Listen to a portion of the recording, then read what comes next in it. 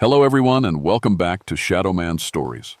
I can picture some of you already in bed, maybe some of you just getting home from work. Wherever you are, whatever time it is, I'm glad you're here. If this helps you relax or sleep, please like and subscribe. It means a lot. Now, let's get you comfortable and I'll tell you tonight's story. My name is Augustus Nightfall, but everyone calls me Gus. I've been a park ranger for 23 years, and in 3 days I was supposed to retire. My wife Eleanor had already planned our trip to Florida.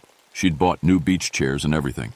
I should have listened to her when she said, "No more dangerous cases, Gus, promise me." But when 12 Boy Scouts and their 3 leaders went missing on the Blue Ridge Parkway, I couldn't say no. In all my years, I'd never lost someone I was actively searching for, not once. I'd tracked over 400 missing persons through these mountains. I'd taught survival skills to Green Berets. These kids needed someone who knew what they were doing. The morning I got the call, October fog hung thick between the trees like wet cotton.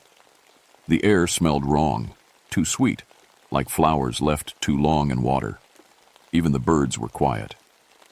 Last contact was yesterday evening, Sheriff Matthews told me over the radio. Troop 247 from Asheville. They radioed in at 6 p.m., said they were setting up camp near Rough Creek. Nothing since. I drove the winding mountain road slowly, watching for any sign. The mist made everything look ghostly. Tree branches reached across the road like skeleton fingers. I'd driven this route thousands of times, but today it felt different, unfamiliar. My grandfather used to tell stories about these mountains when I was young. He was Lumbee, like me, and he spoke of things that lived in the shadows between the trees. Kekla Kudla, he'd whisper, the shadow walkers. They hunt when the light grows weak. I always thought they were just campfire stories. The Boy Scout campsite sat in a small clearing beside Rough Creek. From a distance, it looked normal. 3 tents arranged in a triangle. A cold fire pit with charred logs, backpacks lined up neat as soldiers. But as I walked closer, my skin started to crawl. The shadows were wrong. It was almost noon. The sun hung directly overhead, bright and clear now that the fog had burned off.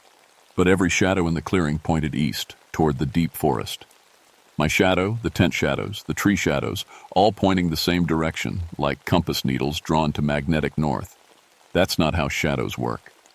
I knelt beside the fire pit and touched the ashes. Still warm, maybe 6 hours cold. They'd cooked hot dogs for dinner. I could smell the grease still lingering in the air, mixed with that too sweet flower scent. "Hello," I called. "Anyone there?"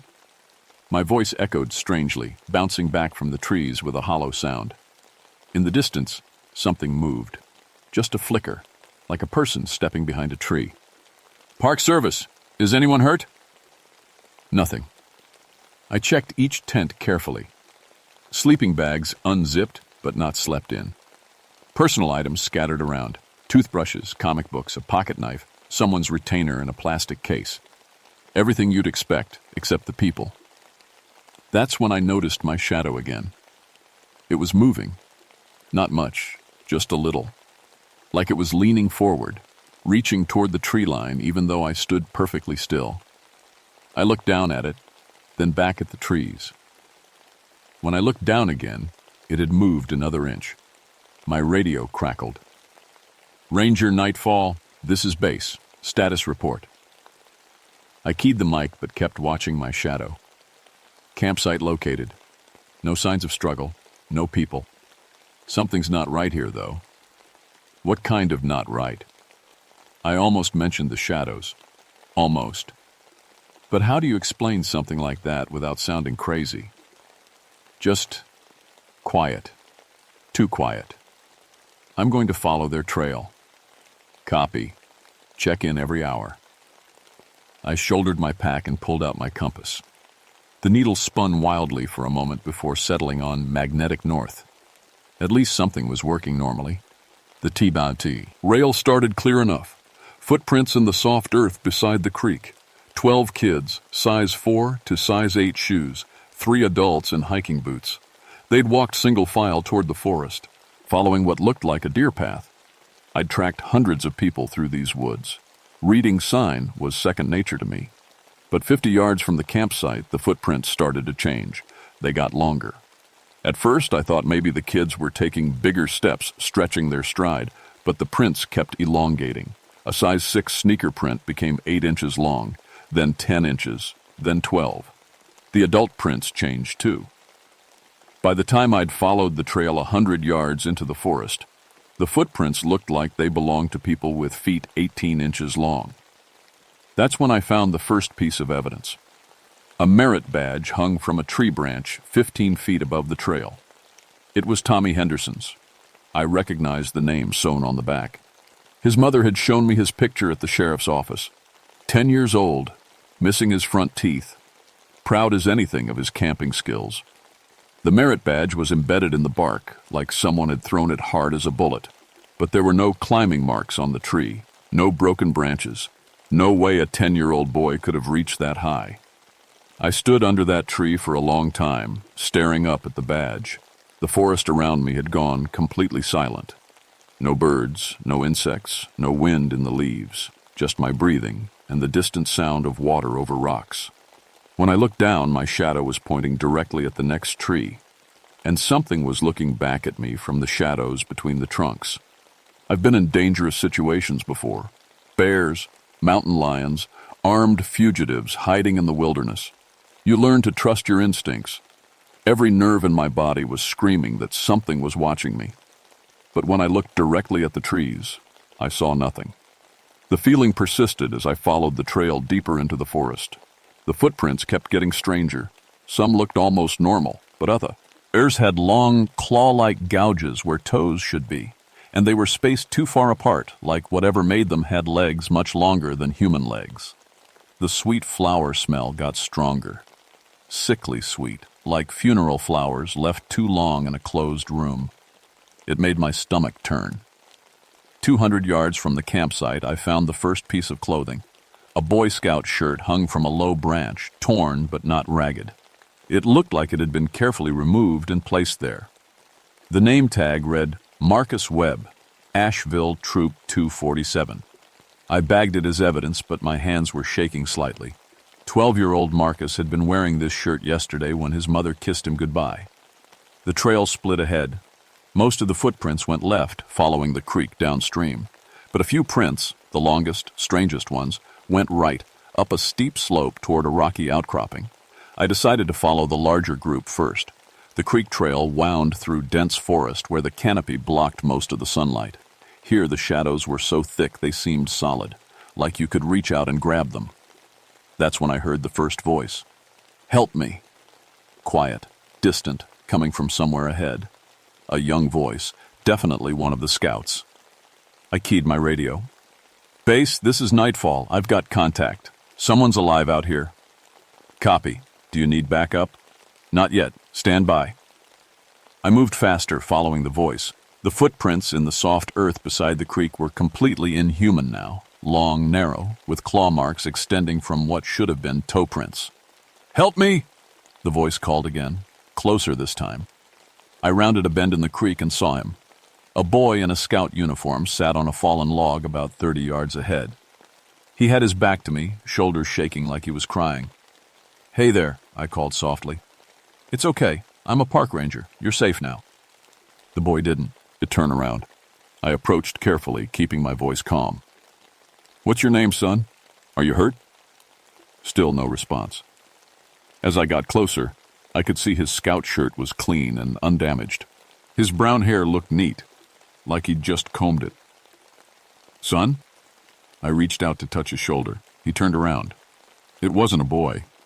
The thing wearing Marcus Webb's uniform had a face like old leather, wrinkled and dried.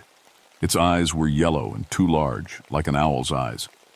When it smiled, I saw rows of sharp teeth that went back too far into its mouth. Help me, it said in Marcus's voice. Then it laughed. I stumbled backward, going for my gun. But the thing was gone.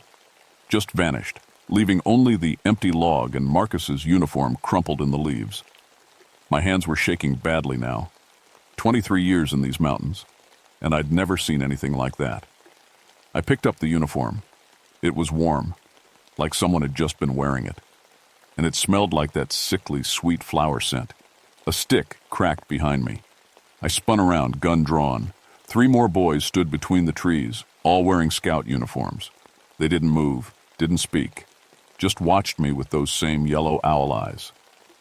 "Jesus," I whispered. They smiled in unison, showing those rows of needle teeth. That's when I ran. I crashed through the underbrush, branches tearing at my clothes. Behind me, I could hear them laughing in children's voices, high, innocent laughter that made my skin crawl. The creek trail twisted and turned. I followed it blindly, just trying to put distance between me and those things. My radio bounced against my hip, crackling with static. I ran for maybe 10 minutes before I had to stop. My lungs burned and my legs felt like rubber. I leaned against a tree, gasping for air. The forest was quiet again, too quiet. I keyed my radio. "Base, this is Nightfall. I need backup. Send everyone you've got." Static answered me. "Base, do you copy?" More static. I checked my radio. The battery was full, antenna extended. It should be working fine, but I couldn't raise anyone. That's when I noticed something that made my blood run cold. My shadow was gone. I stood in a patch of dappled sunlight, but there was no shadow on the ground beneath my feet. I held up my hand. No shadow. I waved my arms. Nothing. I looked up through the trees at the sun, then back down at the ground. Other things cast shadows, rocks, fallen logs, individual leaves, but not me. Something had taken my shadow. A child's voice drifted through the trees behind me, singing a campfire song. Puff, the magic dragon, lived by the sea. Another voice joined in from my left, and frolicked in the autumn mist in a land called Hanali. Then another from my right. Little Jackie Paper loved that rascal Puff. They were surrounding me. I pressed my back against the tree and drew my gun. The voices got closer, sweet and innocent, singing that familiar song. But underneath the melody, I could hear something else. A low, rumbling sound, like an animal growling. And brought him strings and sealing wax and other fancy stuff. Through the trees, I caught glimpses of scout uniforms moving between the shadows. But they moved wrong, too fluid, like they were floating just above the ground. The singing stopped. In the sudden silence, a much deeper voice spoke. Not a child's voice this time, but something old and hungry. "Ranger Nightfall." It knew my name. "We've been waiting for you." I've been hunting things in these mountains my whole life. Deer, bear, wild boar when they got too close to campgrounds. But now I was the one being hunted. The voice came from everywhere and nowhere, echoing between the trees like it was bouncing off the mountains themselves. 23 years you've walked our forest," it said. 23 years you've taken our prey from us. Now it's time to give something back." I kept my gun raised, turning slowly in a circle. The scout uniforms were still there, flickering between the trees like heat mirages. "What did you do to those boys?" I shouted. Laughter answered me. Not the children's laughter from before, but something deeper, colder. "They're safe. They're part of us now. Would you like to see?" The thing wearing Marcus's face stepped out from behind a tree. But it was taller now, stretched like taffy. Its arms hung down to its knees, and its fingers ended in black claws. "This is what happens when the shadows take you," it said in Marcus's voice. "This is what waits for all of them." 2 more appeared, boys I recognized from the missing persons photos, Tommy Henderson and David Park. But they looked like funhouse mirror reflections of themselves. Too tall, too thin, with those terrible yellow eyes. "Where are the real children?" I demanded. The Marcus thing tilted its head like a curious dog. "Real? What's real, Ranger? Are shadows real? Are dreams real?" It gestured to the trees above us. I looked up and nearly dropped my gun. Hanging from the branches like giant spider webs were cocoons made of living shadow. 8 of them, swaying gently in a breeze I couldn't feel. Through the dark material, I could see shapes moving, small shapes. The real boys were up there, wrapped in darkness 20 feet above the ground. "They're aging," the thing said casually. "1 year for every day. Soon they'll be old men, then dust. Their life force feeds us, makes us strong." One of the cocoons pulsed like a heartbeat. A small hand pressed against the shadow material from inside. "Let them go," I said, though I knew it was useless. But then, what would we eat? We've been hungry for so long, Ranger. So very long. The other 2 creatures circled me now, moving with that unnatural floating walk, their shadows stretched out behind them, much longer than they should be in the filtered sunlight. That's when I remembered my grandfather's stories. Fire without shadow, he'd whispered to me as a child. Sacred fire burns the darkness away. I'd always carried flint and steel in my pack along with traditional tinder, pine pitch and sweetgrass that my grandfather had taught me to gather. Old habits die hard. But I needed time to build a fire, and these things weren't going to give it to me. "You know what I am, don't you?" the Marcus thing asked. "Your grandfather told you the stories." "Wendigo," I whispered. It smiled, showing those rows of needle teeth. "Smart boy. But knowing doesn't help you, does it?" The other 2 creatures lunged at the same time. I fired 3 shots, center mass. The bullets passed right through them like they were made of smoke. They hit me hard, claws raking across my chest, tearing through my uniform shirt like paper. I rolled away, pain burning across my ribs. My gun was useless. But maybe I could reach my pack, get the fire materials. The Wendigo watched me crawl toward my backpack with amusement. "Run, little Ranger. Run and hide. It makes the hunt more fun." I grabbed my pack and stumbled deeper into the forest, leaves crunching under my boots. Behind me, I could hear them laughing and calling to each other in the voices of dead children. The creek had curved around in a horseshoe shape, and I found myself back near where I'd started. But this section was different. The trees grew closer together, and there was a small clearing where lightning had brought down an old oak years ago. It would have to do. I dumped out my pack and grabbed the flint, steel, and tinder. My hands were shaking, but I forced myself to move carefully. One chance to get this right. Pine pitch on the dry sweetgrass. Strike the flint against the steel, throwing sparks into the tinder. Come on, come on. A tiny flame caught, grew, spread through the grass. "Fire won't save you." The Wendigo's voice drifted through the trees. "We are shadow. We live in darkness, but fire makes shadows too." It was right. As my small fire grew, it threw dancing shadows against the trees, shadows that moved independently, reaching toward me with dark fingers. But my grandfather had taught me something else, something about the old ways. I pulled out my knife and cut my palm, letting blood drip onto the flames. "Sacred fire," I whispered, remembering the Lumbee words my grandfather had made me memorize. "Fire of life, fire of spirit, burn without shadow." The flames turned white hot, brighter than they should have been, and the shadows around the fire began to shrink back. The Wendigo screamed. It burst from the trees, no longer pretending to be human.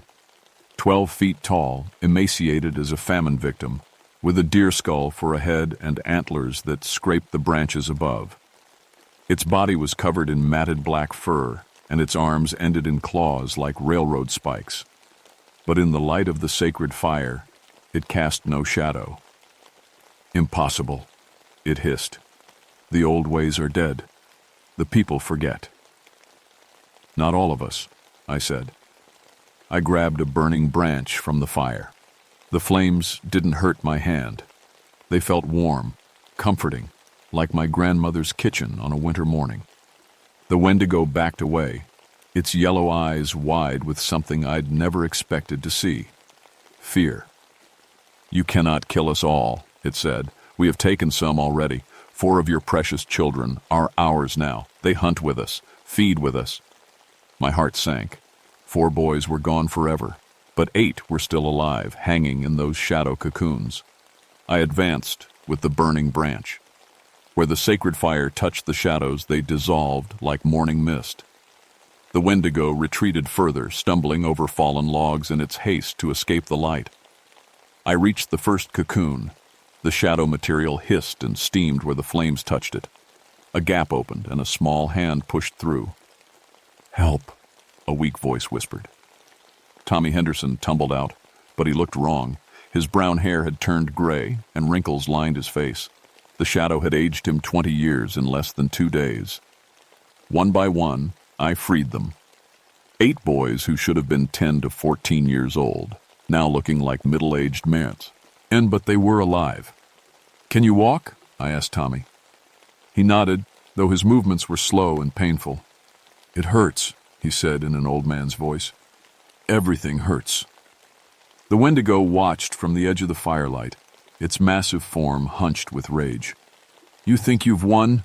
This is our forest, our hunting ground. We'll find you again." "Maybe," I said, "but not today." I helped the boys gather around the sacred fire. In its light, they began to look younger, some of the unnatural aging reversing. Not completely, but enough that they looked like teenagers instead of senior citizens. The Wendigo let out a howl that shook the trees and sent birds flying for miles. Then it melted back into the shadows, taking the 4 corrupted children with it. We were alone in the forest with our small circle of sacred fire and 8 boys who had seen things no child should ever see. But we were alive. Climax. The boys huddled around the sacred fire, and slowly the gray faded from their hair. The wrinkles smoothed from their faces. They were still older than they should be, maybe 16 or 17 instead of 10 to 14, but they were human again. Tommy Henderson spoke first, his voice deeper than it should be, but recognizably his own. "It showed us things," he whispered, "while we were trapped in the darkness, our whole lives, but backwards. We saw ourselves dying as old men, then getting younger and younger until we were babies again, over and over." The other boys nodded. None of them were crying. Whatever they'd experienced in those shadow cocoons had burned the childhood out of them. "Where are the counselors?" I asked. "Mr. Peterson and the other adults?" A boy named Jake pointed toward the deeper forest. "It took them first, made them into things, like the 4 it kept from our group." My radio crackled suddenly. "Ranger Nightfall, do you copy? This is Sheriff Ma. Thews." I grabbed the handset.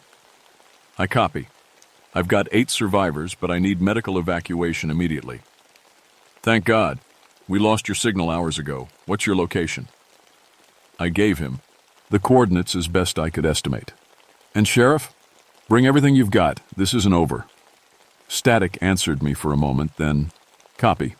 Birds in the air in 10 minutes." I kept the sacred fire burning while we waited, adding more pine pitch and sweetgrass when the flames dimmed. The boys stayed close, instinctively understanding that the light meant safety. "It's still out there," Tommy said. "I can feel it watching us." He was right. The shadows between the trees seemed to pulse with malevolent life.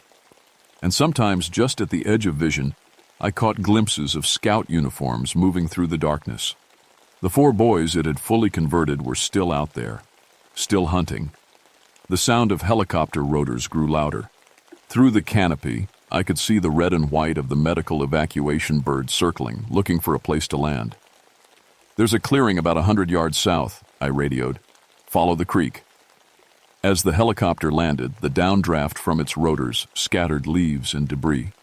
The sacred fire flickered, but didn't go out. I kept adding fuel until the paramedics reached us. "Jesus," the lead paramedic breathed when he saw the boys. "How old are these kids supposed to be?" 10 to 14, I said. "It's complicated." They loaded the boys onto stretchers, asking questions I couldn't answer. How do you explain supernatural aging? How do you tell a doctor that shadows tried to eat children's souls? As the helicopter lifted off with its precious cargo, Sheriff Matthews arrived with 6 deputies and a tracking team. They came armed with rifles and spotlights, ready for anything. except the truth. "Where are the other 7?" the sheriff asked. "The 3 adults and 4 more kids?" I looked toward the dark forest. Somewhere in those shadows, 3 men who'd been scout leaders were now twisted servants of an ancient evil. And 4 boys, who should have been roasting marshmallows around a campfire, were learning to hunt human prey. "Gone," I said simply. We searched for 3 more days, found some clothing, some equipment, but no bodies, no trace of the missing 7. On the 4th day, we found what was left of Mr. Peterson. He was hanging upside down from a tree, completely drained. His body looked like a mummy, skin stretched tight over bones, eyes sunken deep in their sockets. But he'd been dead less than a week. The Wendigo had sucked decades from his life in a matter of days. The medical examiner couldn't explain it, listed the cause of death as exposure and dehydration, though neither made sense given the timeline. I didn't try to convince anyone about the truth. Who would believe it? 3 days before my retirement party, I called Eleanor and told her to cancel the trip to Florida. "Gus, you promised," she said. "No more dangerous cases." "This isn't finished, honey. It's still out there." "What's still out there?" I looked out my window at the mountain ridges, dark against the evening sky. Somewhere up there, a Wendigo was teaching 4 corrupted children how to hunt with shadows. "Something that won't stop with just one Boy Scout troop," I said. Eleanor was quiet for a long moment. Then, "How long?" "I don't know. Maybe forever." She hung up without saying goodbye. That night I sat on my porch with a cup of coffee and watched the shadows move across my yard. They moved normally, following the moon, shifting with the breeze in the trees. But I knew that could change at any moment. My grandfather had been right about the shadow walkers. They were real, and they were hungry, and now they knew I could fight them. Around midnight, my dog started barking. He was staring at the tree line, hackles raised, growling low in his throat. I grabbed my flashlight and shined it toward the forest. 4 figure. Rez stood just inside the tree line. They wore Boy Scout uniforms, but they were too tall, too thin. When the light hit them, their eyes reflected yellow like a cat's eyes. One of them waved. At me. I reached for my phone to call the sheriff, but when I looked back, they were gone.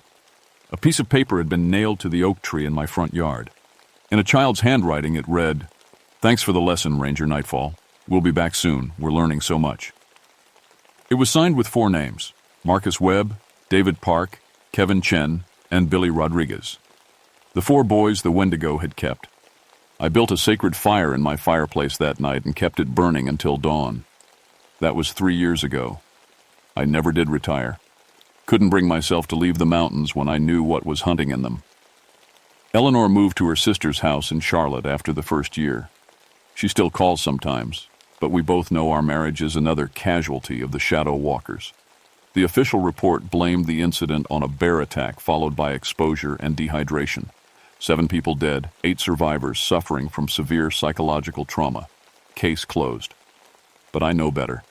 The rescued boys recovered physically. The unnatural aging reversed itself over several months. But they never talked about what happened in those shadow cocoons. Not to doctors, not to their parents, not to anyone. Except me. Tommy Henderson comes to see me every few months. He's 15 now, looks like a normal teenager, but his eyes are older than mine. He tells me things. Nightmares where he sees through shadow eyes, watching people in their homes. Dreams where 4 figures in scout uniforms whisper to him about joining them in the darkness. They're recruiting, he told me last month. The 4 who got taken. They're not just hunting anymore, they're building something. An army. The disappearances started about a year after the Boy Scout incident. Campers, hikers, the occasional hunting party. Never more than 3 or 4 people at a time. Never enough to make national news. But I keep 2. Rack.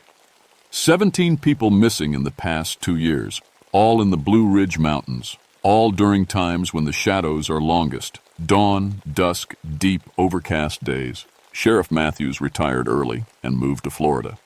The new sheriff thinks I'm crazy, spending my time chasing ghost stories and Native American folklore. Maybe I am crazy, but last week, a family of 4 went missing near Mount Mitchell. When the search team found their campsite, All the shadows were pointing the wrong direction. I've been reaching out to other tribes, other rangers who've heard the old stories, building a network of people who understand that some things can't be explained away with science and logic. The Cherokee have stories about shadow walkers. So do the Cherokee, the Catawba, even some of the White Mountain families whose ancestors have lived in these hills for generations. We're putting together a different kind of search and rescue team, one that carries flint and steel instead of GPS units, one that knows the old words and the old ways, because the Wendigo isn't finished. It's learning, adapting, growing stronger with every person it takes, and those 4 corrupted children are spreading its influence, one shadow at a time. I found a journal in one of the abandoned campsites last month. The last entry, written in a child's handwriting that looked too old, too careful. Day 127 since joining. The hunger is easier now. We don't fight it anymore. Mr. Peterson says we're ready to start teaching others. The shadows are so much darker when you see them from the inside. It was signed Marcus Webb, age 12, Shadow Walker. I burned the journal with sacred fire and scattered the ashes in running water. But I kept one page, a list of names, people they were watching, people they planned to take. My name was at the top of the list. Some nights, when the moon is dark and the shadows grow long, I see them watching my house. 4 figures that used to be children standing just beyond the reach of my porch lights. They're patient. They have forever to wait. But so do I. I've taught my granddaughter the old words, shown her how to build fire without shadow. She's only 8, but she understands. The knowledge needs to survive, needs to be passed down. Because someday I won't be here to keep the sacred fires burning, and when that day comes, someone else will need to stand guard against the shadows between the trees. The Wendigo is still out there, still hungry, still growing stronger. But as long as people remember the old ways, as long as someone keeps the sacred fire burning, it won't win. Not completely, not yet.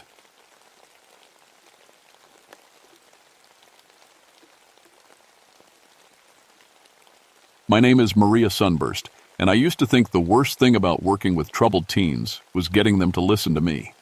I was wrong. The worst thing was keeping them alive when something from their nightmares decided to hunt them. It was June 1983, and I was 29 years old, leading my first solo wilderness therapy program in George Washington National Forest. 6 years as an Army medic had taught me how to patch up bodies, but nothing had prepared me for what I'd face that week. The van bounced along the dirt road, 8 teenagers crammed inside like sardines. These weren't your typical summer campers. Every kid in that van had been sent by a judge. Theft, assault, vandalism. The courts thought a week in the woods might straighten them out. "This is stupid," muttered Tommy Redstone from the back seat. He was 16, all elbows and attitude, with black hair hanging in his eyes. "My lawyer says this is cruel punishment or something." "Better than juvie," said Sarah Goldstein, 15 and tough as nails despite her small frame. She'd been caught stealing cars. "At least out here, nobody's trying to shank you in the shower."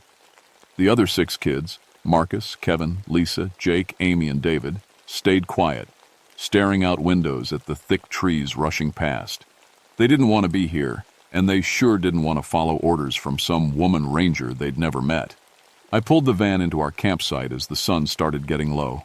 The place was perfect for what we needed. A clearing surrounded by tall pines with a stream nearby for water. Far enough from civilization that the kids couldn't run away, but close enough to hiking trails that we could get help if needed. "All right, everyone out," I called, stepping into the cool mountain air. "We've got tents to set up before dark." "Why can't we just sleep in the van?" whined Jake, a skinny 14-year-old who'd been caught breaking into houses. "Because that's not how wilderness therapy works," I said, trying to keep my voice patient but firm. "You're here to learn survival skills, teamwork, and responsibility. That starts with building your own shelter." The kids grumbled and complained, but they helped unload the gear. As a former medic, I'd learned that keeping people busy was the best way to handle stress and attitude problems. Give them something to do with their hands, and they had less energy for causing trouble. As we worked, I noticed how quiet the forest was. Usually you'd hear birds chattering, squirrels rustling in the branches, maybe a woodpecker somewhere in the distance. But the woods around our campsite felt empty, like all the animals had decided to be somewhere else. "Miss Sunburst," Amy called out. She was 17, the oldest of the group, with bleached blonde hair and too much makeup for camping. "There's weird scratches on this tree." I walked over to where she was pointing. Deep gouges ran down the bark of a massive oak tree, starting about 8 feet up and going down to the ground. They looked like claw marks, but way too big for any bear I'd ever seen. "Probably just where a bear sharpened its claws," I said, though something about the marks bothered me. They were too deep, too clean, and they were fresh. Sap was still oozing from the wood. "Bears climb that high?" asked David, a quiet kid with thick glasses who'd been caught shoplifting comic books. "Sometimes," I lied, not wanting to worry them on our first night. We got the tents up just as the sun disappeared behind the mountains. I'd brought military-style camping gear, tough, practical, and designed to keep people safe. Each tent held 2 kids, with mine set up in the center of the camp where I could keep an eye on everyone. We ate dinner around a campfire, hot dogs and beans from cans, nothing fancy but filling. The kids were starting to relax a little, sharing stories about their arrests and comparing juvenile hall experiences like trading cards. That's when we heard the first howl. It came from the ridge above our camp, long and mournful, echoing through the trees. Nothing unusual about that. Wolves had been making a comeback in Virginia forests. But then another howl answered from the opposite ridge, and then another from behind us. "Wolves?" asked Lisa, a tough-looking girl with short red hair who'd been caught dealing drugs. "Probably," I said, stirring the fire to make it burn brighter. "They won't bother us as long as we keep the fire going and our food stored properly." But as I listened to more howls joining in from all around us, forming a perfect circle in the darkness, I felt my army training kick in. This wasn't random wolf behavior. This was coordination. This was tactics. This was something planning an attack. The howling went on for 20 minutes, getting closer and closer until it felt like the wolves were just outside our circle of firelight. Then, all at once, it stopped. The silence that followed was worse than the howling. "I don't like this," whispered Kevin, a 16-year-old who'd been caught in a gang fight. He was trying to act tough, but his hands were shaking as he poked at the fire with a stick. "It's fine," I said, checking my watch. Only 9:30, but it felt like midnight. Wolves are curious about humans, but they're more afraid of us than we are of them. I was lying again.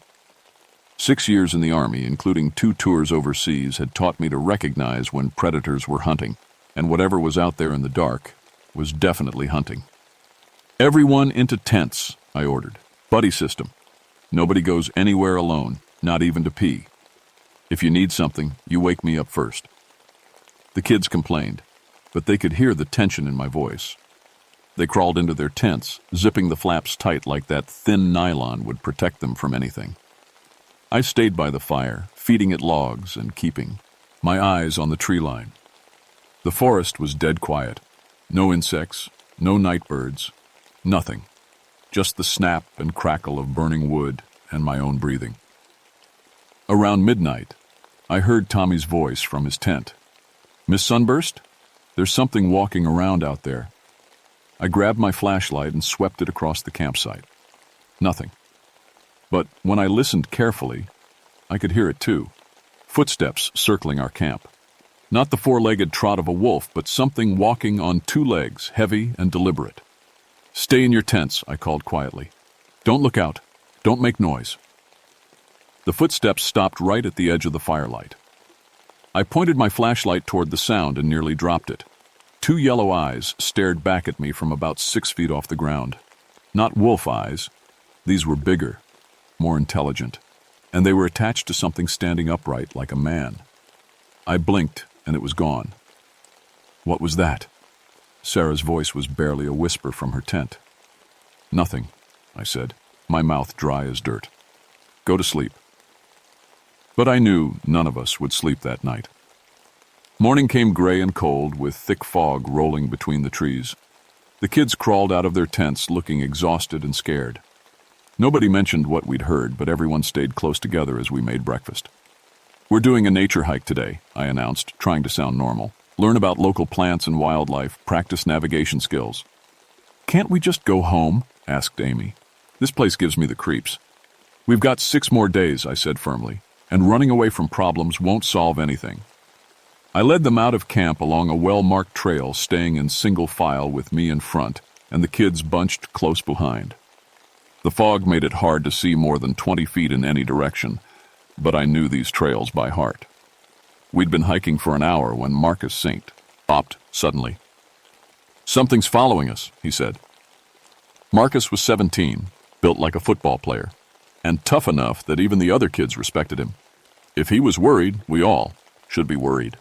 I held up my hand for everyone to stop and listened. Through the fog, I could hear branches breaking and leaves rustling, like something big was moving parallel to our trail. "Stay together," I whispered. "Keep walking, but faster." We picked up the pace, but whatever was following us kept up easily. Sometimes I caught glimpses of dark shapes moving through the fog, too big to be wolves, too fast to be bears. And there wasn't just one. I counted at least 4 different shadows pacing us through the trees. "There!" shouted Jake, pointing into the fog. "Did you see that?" Something had crossed the trail behind us, low to the ground, but moving on its hind legs like a person. For just a second, the fog cleared enough to see a long snout full of teeth and hands that ended in claws. "Run," I said quietly. "What?" asked Sarah. "Run!" I yelled. We ran like our lives depended on it, crashing through the fog-covered forest with branches whipping at our faces and roots trying to trip us. Behind us, I could hear howls and snarls as whatever was hunting us gave up stealth for speed. The trail curved ahead, and I could see our campsite through the trees. "The fire!" I shouted. "Get to the fire!" We burst into the clearing, gasping and terrified. I immediately started throwing logs on the dying coals from our morning breakfast, getting flames going again. "What were those things?" Tommy demanded, his face pale as paper. "I don't know," I admitted, "but they don't like fire. As long as we keep this burning, we should be safe." "Should be?" Lisa's voice cracked. "Should be isn't good enough."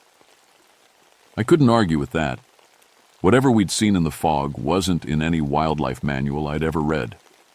It moved like a wolf, but walked like a man, hunted in packs, but showed intelligence beyond any normal animal. "We're leaving," I decided. "Pack up everything. We're hiking back to the van." But when we reached the parking area, my heart sank. All 4 tires had been slashed, and something had torn open the hood and destroyed the engine. Wires hung out like guts, and the battery was completely gone. On the windshield, someone had used mud to write a message. "Mine now."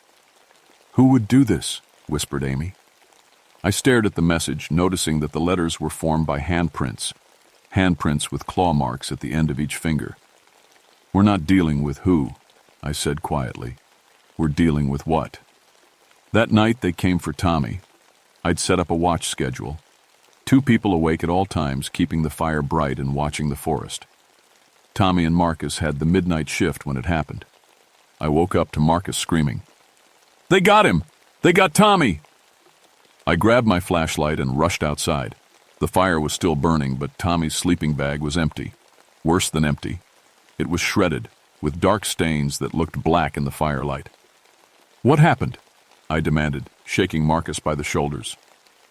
"These things came out of the trees," Marcus stammered. "Like wolves, but walking on their back legs. 6 of them, maybe more. Tommy tried to run, but they surrounded him and dragged him off." The other kids were awake now, clustering around the fire with terror in their eyes. "We have to help him," Sarah said. "We can't just leave him out there."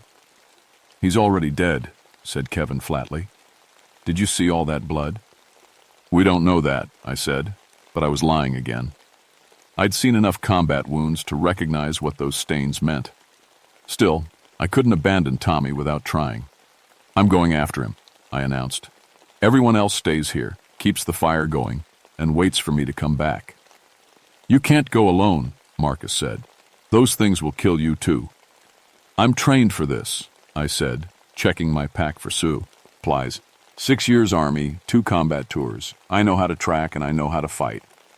But even as I said it, I knew this was different from any enemy I'd faced before. Humans were predictable. They got tired, made mistakes, could be reasoned with. These things in the forest weren't human. I followed Tommy's trail by flashlight, seeing where he'd been dragged through the underbrush. The path led uphill toward the rocky ridge above our campsite. Branches were broken at shoulder height, and there were claw marks on trees where the creatures had grabbed for balance. The trail ended at a small clearing surrounded by boulders. What I found there made my stomach turn. Tommy's body lay in the center of the space, but it wasn't whole anymore. Something had been feeding on him, tearing away chunks of flesh and cracking bones to get at the marrow inside. His backpack and clothes were scattered around like trophies. But the worst part was the arrangement. The body wasn't just dumped randomly. It was positioned carefully, arms spread wide, facing back toward our camp. This was a message, a warning, or maybe an invitation. I heard a low growl behind me. I spun around, flashlight beam cutting through the darkness. 6 pairs of yellow eyes stared back at me from the edge of the clearing. The creatures stood on their hind legs like men, but their heads were pure wolf, long snouts full of sharp teeth, pointed ears twitching at every sound. The biggest one stepped forward into my light. It was massive, at least 8 feet tall, with gray fur and scars crisscrossing its muzzle. But what made my blood freeze was the intelligence in its eyes. This wasn't just an animal acting on instinct. This thing was thinking, planning, deciding what to do with me. It opened its jaws and spoke. Not words exactly, but sounds that carried meaning. A rumbling, growling communication that the other creatures understood perfectly. They spread out, moving to surround me with military precision. I did the only thing I could think of. I ran. Branches tore at my clothes as I crashed. Down the hillside, my flashlight beam bouncing wildly ahead of me. Behind me, the pack gave chase, their howls echoing through the forest like victory cries. I could hear them gaining on me, their claws scraping against rocks and their panting breath getting closer. But I had one advantage. I knew these trails, and they didn't. 20 yards ahead was a steep drop-off, hidden by thick bushes. I put on a burst of speed, then dove sideways at the last second, rolling behind a fallen log. The pack leader crashed through the bushes and disappeared over the edge with a surprised yelp. The others skidded to a stop, suddenly cautious.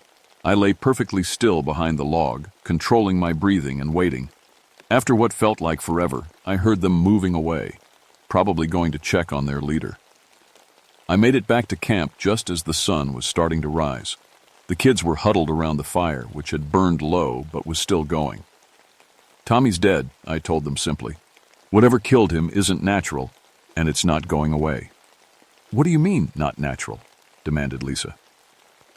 I described what I'd seen, the wolf men walking upright, the intelligence in their eyes, the way they could talk to each other.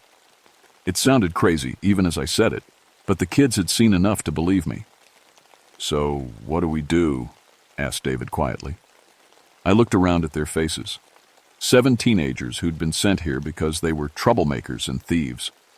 Now they were looking to me to keep them alive against something out of their worst nightmares. "We survive," I said. "We work together, follow my orders without question, and we survive until someone comes looking for us." "When will that be?" asked Amy. I calculated in my head. We'd been scheduled for 7 days, and this was only day 3. Our radio had been destroyed along with the van, and the nearest town was 20 miles through. GH Rough Forest. 4 more days, I said. "We need to hold out for 4 more days." Sarah laughed bitterly. "Tommy lasted 2 days. How are we supposed to last 4 more?" "Because now we know what we're fighting," I said. "And because we're going to be smarter, stronger, and meaner than they are." That day, we turned our campsite into a fortress. The pack attacked again on the 4th night, but this time we were ready for them. We'd spent 2 days preparing. Using skills from my Army training, I taught the kids how to build defensive positions. Trenches around our campsite, sharpened stakes pointing outward, tripwires connected to noisemakers made from cans and rocks. More importantly, I'd figured out what we were really facing. They're protecting something, I explained to the group as we worked. The way they hunt together, the intelligence they show, the territorial marking. This isn't random predator behavior. They have a den somewhere, probably with young. So, asked Kevin, what difference does that make? It means they have a weakness, I said. Every parent will sacrifice themselves to protect their children. If we can find their den, we can force them into making mistakes. Marcus looked up from the spear he was sharpening. You want us to go after their babies? I want us to survive, I said firmly. And right now, those creatures see us as a threat to their territory. We need to either prove we're not a threat or prove we're too dangerous to mess with. The kids had changed over the past few days. Tommy's death and the constant fear had burned away their teenage attitude and rebellion. They followed orders without complaint, worked together without fighting, and watched each other's backs like soldiers. Sarah had become my second in command, using her street smarts to predict the pack's tactics. Marcus and Kevin worked as a team, their size and strength making them our heavy hitters. The younger kids, David, Jake, Lisa, and Amy, had become our scouts and lookouts, small and quick enough to move quietly through the forest. We'd love those. Almost one more person, Sarah, taken on a water run despite all our precautions. The pack had learned from our defenses, attacking when we were spread thin and vulnerable. They'd dragged her away so fast we couldn't even mount a rescue attempt. Now there were 6 of us left, and I could see the fear and desperation in their eyes. We were running out of time, food, and hope. That's when David made his discovery. Miss Sunburst, he whispered, crawling back into camp after a scouting mission. I found their den, and you're not going to believe what's in it. He led me through the forest to a rocky outcropping about a mile from our camp. Hidden behind a curtain of hanging vines was a cave entrance, just wide enough for something the size of the creatures to pass through. Look inside, David whispered, handing me his binoculars. I peered into the cave and saw 6 small shapes moving around in the darkness. Puppies, but not normal puppies. Even at this young age, they were already the size of full-grown dogs, with the distinctive wolfman features of their parents. But the most shocking thing was what was watching over them. The pack leader I'd seen before wasn't the real leader at all. In the back of the cave, nursing the young, was something even bigger and more terrifying. A female, at least 9 feet tall, with milk-swollen teats and the scarred, battle-hardened look of a mother who would kill anything that threatened her babies. The pack mother, I breathed. What? Asked David. That's what they're protecting. Not just territory. Family. Those aren't just predators hunting us for food. They're parents defending their children. As I watched, the pack mother lifted her massive head and looked directly at me. Even from 100 yards away, I could see the intelligence in her yellow eyes. She knew I was there. She knew what I was planning, and she was ready for war. That night, she brought the entire pack against our defenses. They came just after midnight, moving in perfect coordination like a military unit. The tripwires and noisemakers worked, exactly as planned, giving us warning and confusing their initial charge. The sharpened stakes slowed them down, forcing them to be more careful. But there were 8 of them now, the original pack plus 2 more adults that must have been called in for reinforcements, against 6 exhausted, terrified teenagers and 1 army medic with improvised weapons. The battle was chaos. Snarling, screaming, the clash of wood against claw, the smell of blood and fear and smoke from our fire. Marcus went down first, tackled by 2 of the smaller pack members and dragged into the darkness despite our attempts to save him. Hold the line, I shouted, swinging a flaming branch at one of the creatures. Don't let them break through. But we were losing, being pushed back, inch by inch, toward the center of our camp. The pack mother herself hung back, letting her pack do the fighting while she watched and waited for the perfect moment to strike. That's when Kevin did something incredibly brave and incredibly stupid. He grabbed one of our remaining flares, military surplus that burned hot and bright, pulled the pin, and threw it directly at the pack mother. Come on, he yelled at her. You want us? Come and get us!" The flare hit her in the chest, setting her fur on fire. She screamed, a sound that was part howl, part human shriek, and charged directly at Kevin with murder in her eyes. Kevin stood his ground as long as he could, giving the rest of us time to grab weapons and surround her. But when her claws opened his throat, all our courage couldn't save him. The pack mother killed Kevin Miller, but his sacrifice gave us the opening we needed. While she was focused on him, I managed to drive my sharpened spear deep into her side, between the ribs and into what I hoped was a vital organ. She turned on me with fury beyond anything I'd ever seen, but the wound slowed her down just enough. Lisa hit her from behind with a flaming branch, Jake tangled her legs with rope, and Amy, brave little Amy, threw dirt and ashes in her eyes. The pack mother fought like a demon, but she was wounded and outnumbered. When the rest of her pack saw her bleeding and struggling, their coordination broke down. Some tried to help her, others retreated to protect the den. In the confusion, we managed to drive them off. The helicopter found us on the 7th day, just like scheduled. The pilot was a gruff ex-military guy named Rodriguez who'd flown rescue missions before. But when he saw our campsite, the defensive positions, the bloodstains, the improvised weapons, his face went pale. "What the hell happened down there?" he asked as we climbed aboard. "Wildlife attack," I said simply. "We lost 3 kids. 5 of us made it out alive, me, Lisa, Jake, Amy, and David. The other 3, Tommy, Sarah, Marcus, and Kevin, were left behind in those dark woods, along with something that wasn't quite animal and wasn't quite human. The official report called it a tragic encounter with aggressive wolves. The Park Service quietly added armed escorts to all future wilderness therapy programs and shortened them from 7 days to 3. The families of the dead kids sued everyone they could think of, the program, the Park Service, me personally. I couldn't blame them. I'd been responsible for their children's safety, and I'd failed to keep them alive. But the 5 survivors told a different story. At every hearing, every deposition, every meeting with lawyers and investigators, they backed me up completely. They described how I'd trained them to fight back, how I'd put my own life at risk to save theirs, how the things that attacked us weren't normal animals. Nobody believed the part about the creatures, of course. Wolfmen walking upright? An intelligent pack with human levies. Well, tactics? It sounded like something out of a horror movie. The investigators decided the kids had been traumatized and were mixing up reality with their imaginations.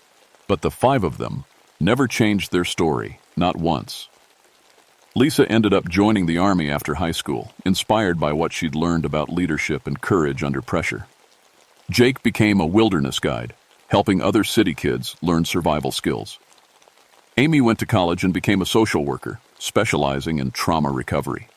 David surprised everyone by becoming a writer, turning our experience into a series of novels about supernatural creatures. Nobody believed they were based on true events, which was probably for the best. And they all stayed in touch with each other and with me. Every year on the anniversary of that week in the forest, we meet for dinner and remember the friends we lost. We don't talk about what happened. We don't need to. We were there. We know the truth. I got promoted after the investigation cleared me of wrongdoing. Apparently, keeping 5 out of 8 kids alive in an aggressive wolf attack was considered pretty good crisis management.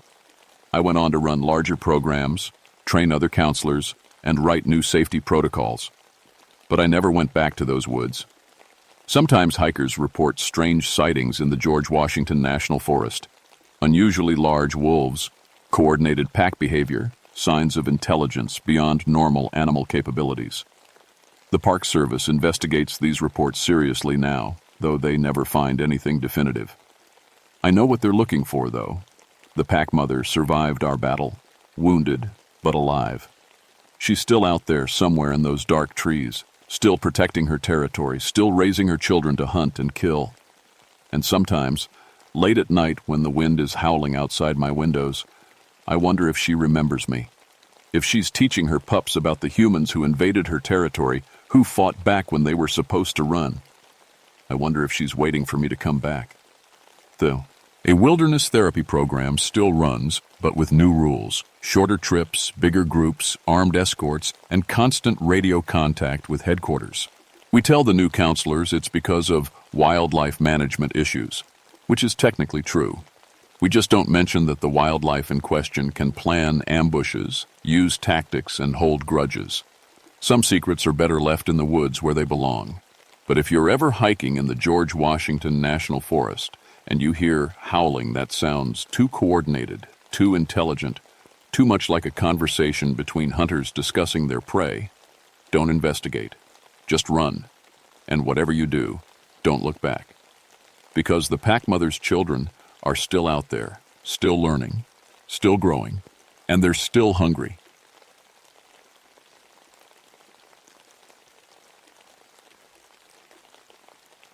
My name is Jonathan Grimhart, and I've seen things that would make most people lose sleep for months. 8 years as a park ranger in Shenandoah, and before that, 6 years as a homicide detective in Richmond. I thought I'd left the dark side of human nature behind when I traded my badge for a ranger uniform. I was wrong. The mountains don't lie like people do. When someone goes missing in the wilderness, there's usually a clear reason: bad weather, poor planning, medical emergency. Simple cause and effect. That's what drew me to this work after watching too many good cops get buried by department politics and dirty money. Out here, the truth stays clean. September 1972 was different. The leaves were just starting to turn, and the hiking trails were busy with weekend warriors trying to catch the early fall colors. I'd been tracking a pattern for 2 years, experienced hikers going missing without a trace. Not novices who might get lost or take stupid risks. These were seasoned backpackers with top-shelf gear and years of trail time. 12 people in 24 months, all within a 5-mile radius of Stony Man Mountain. What bothered me wasn't just the numbers. It was what we found at their last campsites. The expensive stuff was always gone. High-end sleeping bags, Coleman stoves, quality backpacks, cameras. But the cheap items stayed behind. Toothbrushes, paperback books, basic cookware. Like someone had gone shopping and only taken the premium merchandise. My detective instincts kept nagging at me. Thieves don't leave witnesses, but they also don't usually venture miles into trackless wilderness to steal camping gear. The whole thing felt wrong, like a crime scene where the evidence doesn't add up. I started applying forensic techniques to the abandoned campsites, photographing everything, mapping the layout, looking for patterns. The other rangers thought I was overthinking it. "City cop habits," they'd say with a laugh. "People get lost up here. Nature doesn't need a motive." But nature wasn't arranging those campsites. Someone was. The tents were always collapsed in the same way, folded neatly, not torn or scattered by wind. Personal items were sorted into small piles. Socks with socks, toiletries together, books stacked, like someone had been organizing before selecting what to take. I'd investigated over 200 murders in Richmond, from domestic disputes to organized crime hits. Never once had I believed in monsters or supernatural explanations. Everything had a logical cause, even when it seemed impossible at first. But walking through those pristine campsites, I felt something I hadn't experienced in years of police work. The certainty that I was dealing with an intelligence I didn't understand. The break came on a Tuesday morning in late September. A family of 4 from Pennsylvania, the Hendersons, had missed their check-in time. Their campsite was 3 miles up the Stony Man Trail, and I hiked up there expecting to find another puzzling scene. What I found was fresh. The tent was still standing, but the family was gone. Coffee was still warm in their pot. Their expensive camping stove was missing, along with their sleeping bags and camera equipment. But their car keys sat in a neat pile next to their deflated air mattresses. For the first time in 2 years of investigating these disappearances, I had a timeline. Whatever was taking these people had grabbed the Henderson family less than an hour ago. I started following the trail sign immediately. Not footprints, the ground was too rocky for that, but broken twigs, disturbed leaves, the kind of subtle tracking my grandfather had taught me as a kid. The trail led uphill, away from any marked paths, into terrain most hikers would never attempt. That's when I saw the first track. 18 inches long, perfectly preserved in a patch of soft earth near a creek. 5 toes, but massive, like a human footprint scaled up to giant size. The depth of the impression suggested something that weighed at least 400 pounds. I'd heard the Bigfoot stories from other rangers and local hunters. Shenandoah had its share of Sasquatch sightings, like most national parks. I'd always filed them under tourist entertainment and too much bourbon around the campfire.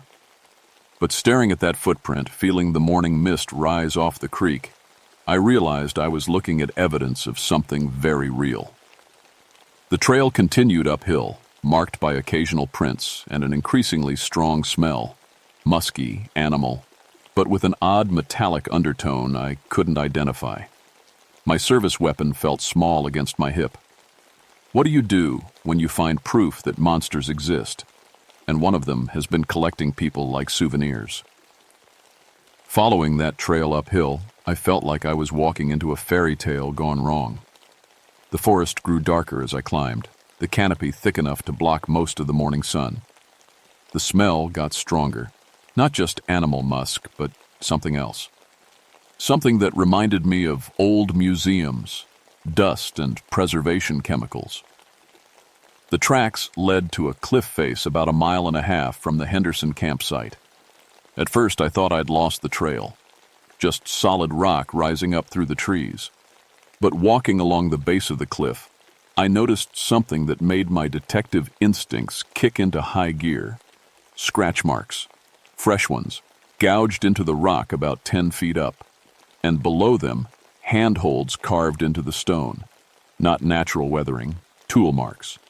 Someone or something had modified this cliff face to make it climbable. I'm not much of a rock climber, but 20 years of police work teaches you to go where the evidence leads. The handholds were sized for something with much larger hands than mine, but I managed to pull myself up. About 15 feet up the cliff face, hidden by an overhang, I found the entrance. The cave opening was maybe 4 feet wide, deliberately concealed from below. No way anyone would spot it unless they were specifically looking. I pulled out my flashlight and squeezed through the opening. What I found inside changed everything I thought I knew about the natural world. The cave was huge, a natural limestone chamber about the size of a high school gymnasium, but it wasn't empty. Someone had turned it into a museum. Display areas were set up throughout the space, organized like exhibits in the Smithsonian. One section held camping equipment, dozens of sleeping bags arranged by color and brand. Another area showcased cooking gear, from simple camp stoves to elaborate outdoor kitchen setups. A third section displayed cameras and electronics, each item positioned precisely on flat rocks that served as display shelves. Everything was clean, organized, and labeled. Not with words, I don't think our collector could write, but with simple drawings scratched into pieces of bark. A sleeping bag drawing marked that section. A camera sketch labeled the photography display. It was primitive but systematic, like a filing system designed by someone who understood organization but had never seen human writing. Walking through those displays, I felt my skin crawl. Every piece of equipment had come from a missing hiker. I recognized some of it from my investigation files. The Henderson family's bright red sleeping bags were already incorporated into the display, arranged alongside older gear that must have belonged to earlier victims. But the personal items section was what really got to me. Wallets were arranged in chronological order, each one open to display the owner's driver's license photo. Wedding rings sat in neat rows on a flat stone shelf. Family photographs were stuck into cracks in the cave wall, creating a gallery of the missing. Children's faces smiled out from vacation PH. Otos, unaware their parents would never make it home from this camping trip. I was looking at trophies, not random theft. This was a collection built by someone who understood the emotional value of these objects, someone who had studied the people before taking their lives and their belongings. That's when I heard the breathing behind me. I spun around, drawing my service weapon in one smooth motion. 20 feet away, just inside the cave entrance, stood the largest living creature I'd ever seen. 10 feet tall, covered in dark hair except for distinctive white patches on its arms and chest. The face was more human than ape, with intelligent eyes that watched me with obvious curiosity rather than aggression. It held one of the Henderson family's camping chairs in its massive hands, apparently having just returned from collecting the last pieces of its newest acquisition. We stared at each other for what felt like hours. Every cop instinct I had was screaming at me to shoot first and figure it out later. But something in those eyes stopped me. The creature wasn't positioning itself to attack. It was watching me examine its collection, like a curator showing off a new exhibit. Slowly, deliberately, the Bigfoot, because that's obviously what I was looking at, set down the camping chair and approached one of the displays. It picked up a family photo, studied it for a moment, then looked at me and made a soft sound, almost like a question. It wanted to know what I thought of its collection. The realization hit me like a physical blow. This thing wasn't a mindless monster killing for food or territory. It was intelligent, organized, and proud of what it had assembled. It had been taking people not out of aggression, but because it wanted their things. It was building a museum, and human beings were just obstacles between it and the objects it desired. I lowered my weapon, not out of trust, but because shooting wouldn't solve the larger problem. This creature had been killing for 2 years, and from the size of its collection, probably much longer, 12 confirm. Had victims that I knew about, but the displays suggested dozens more. The Bigfoot approached another section of its museum, this one containing items I hadn't noticed before. Children's toys, carefully arranged on a stone shelf. A teddy bear sat next to a portable game system. A child's hiking boots still tied with bright green laces. That's when I understood the true horror of what I was looking at. Entire families had died for this collection. Parents and children, all killed by a creature that saw them as nothing more than inconvenient packaging for the objects it wanted to possess. The Bigfoot looked at me again and made that questioning sound. It walked over to the newest section where the Henderson family's belongings were being sorted and displayed. It held up a camera, turned it over in its massive hands, then made a gesture that clearly meant, "Look." It wanted to show me something. Walking deeper into the cave, it led me to a section I hadn't explored. This area wasn't organized like the others. Instead, the walls were covered with scratched drawings, primitive but recognizable images showing the creature's interaction with humans over what must have been years or decades. The drawings told a story, the Bigfoot watching campers from a distance, following hiking groups, learning their routines and habits, and eventually taking what it wanted from them. But the most disturbing drawings showed the creature arranging its collection, clearly proud of what it had assembled. In several images, it had drawn itself standing among the displays, arms spread wide in a gesture of ownership and satisfaction. This wasn't mindless killing. This was premeditated murder carried out by something intelligent enough to plan, organize, and take pride in its crimes. I was standing in the lair of a serial killer that happened to be 10 feet tall and covered in hair. The Bigfoot may. Its questioning sound again, and I realized it was waiting for my approval. It wanted me to appreciate what it had built, the care it had taken in organizing and preserving its collection. Looking into those intelligent eyes, I understood that I wasn't just dealing with a dangerous animal. I was facing something that combined the worst aspects of human intelligence with the physical power of an apex predator, and it had just invited me to admire its gallery of murder. Standing in that cave museum, watching the Bigfoot arrange the Henderson family's camera equipment with the pride of a gallery curator, I realized I was in the most dangerous situation of my life. Not because the creature was aggressive, it seemed genuinely pleased to have an audience for its collection, but because I was looking at evidence of systematic murder carried out by something smart enough to evade detection for years. The Bigfoot gestured toward a new section of the cave I hadn't explored yet. Deeper back, past the main displays, the limestone walls opened into a series of smaller chambers. My flashlight beam revealed more collections, these ones older and more extensive than what I'd seen near the entrance. In one chamber, the creature had created what could only be called a clothing museum. Jackets, pants, and hiking boots were arranged by size and color. Some of the clothing looked decades old, suggesting this collecting behavior had been going on far longer than my 2-year investigation had uncovered. How many people had died to build this underground exhibition? The Bigfoot walked over to a display of wristwatches, each one carefully positioned on a flat stone. It picked up a gold watch, expensive looking, probably belonged to one of the earlier victims, and held it up to its ear. The expression on its face was almost childlike, fascinated by the ticking sound. It looked at me and made a soft noise, clearly wanting to share its wonder at this mechanical marvel. That's when I understood something crucial about this creature's psychology. It wasn't killing out of hatred or hunger. It was killing out of curiosity and desire for beautiful objects.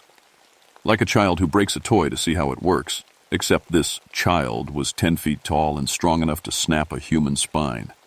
I needed to see how extensive this collection really was. Playing along with the creature's desire to show off its museum, I made appreciative noises and nodded at the displays. The Bigfoot responded like a proud collector, leading me deeper into the cave system. What I found in the deeper chambers made my blood run cold. Personal documentation.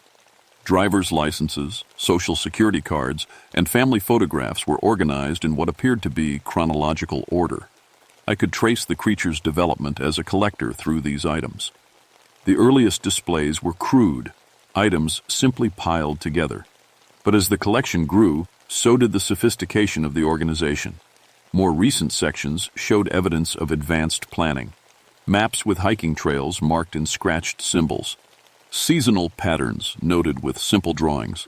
This thing had been studying human behavior, learning when and where to find the best targets. In one chamber, I found what looked like a workshop. Crude tools made from rocks and branches. Pieces of camping equipment that had been taken apart, apparently so the creature could understand how they worked. It wasn't just collecting these items. It was studying them, learning from them. The Bigfoot led me to its newest project. In a side chamber, it had created what could only be described as a shrine to the Henderson family. Their photographs were arranged in a circle around their camping gear.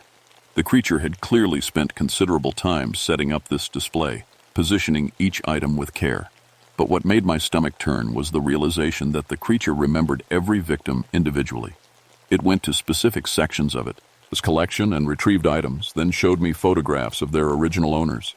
It had perfect recall of every person it had killed, every family it had destroyed. This wasn't random violence. This was an organized collector who happened to be a murderer. The Bigfoot made a different sound, more urgent than before. It gestured toward the cave entrance, then back at me. At first I didn't understand, but then I heard what had caught its attention. Voices outside, getting closer. Other hikers were approaching the cliff area. The creature's demeanor changed instantly. The proud curator disappeared, replaced by something predatory and focused. It moved toward the cave entrance with surprising silence for something so large. I realized I was about to witness exactly how it had been acquiring new items for its collection. Following as quietly as I could, I positioned myself where I could see out of the cave entrance. Below us, a young couple had stopped to rest near the base of the cliff. They were examining a map, trying to figure out their route. The woman wore a bright yellow jacket that seemed to catch the Bigfoot's attention immediately. The creature studied them with the same intensity I'd seen it focus on its displays. It was evaluating them, deciding what items it wanted to add to its collection. The woman's jacket, the man's expensive hiking boots, their matching backpacks. I could see the creature cataloging everything it planned to take. This was my moment of choice. I could try to warn the hikers, but they'd never believe me, and the creature could easily outrun them through terrain it knew perfectly.